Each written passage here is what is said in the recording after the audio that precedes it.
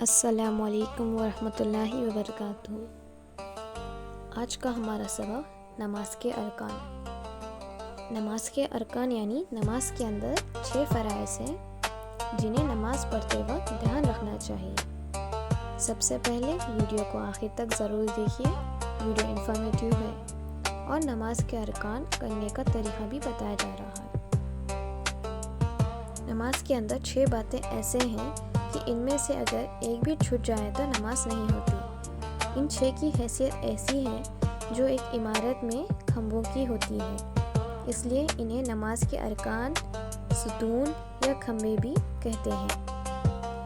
پہلا، تکبیر تحریمہ یعنی اللہ اکبر کہنا۔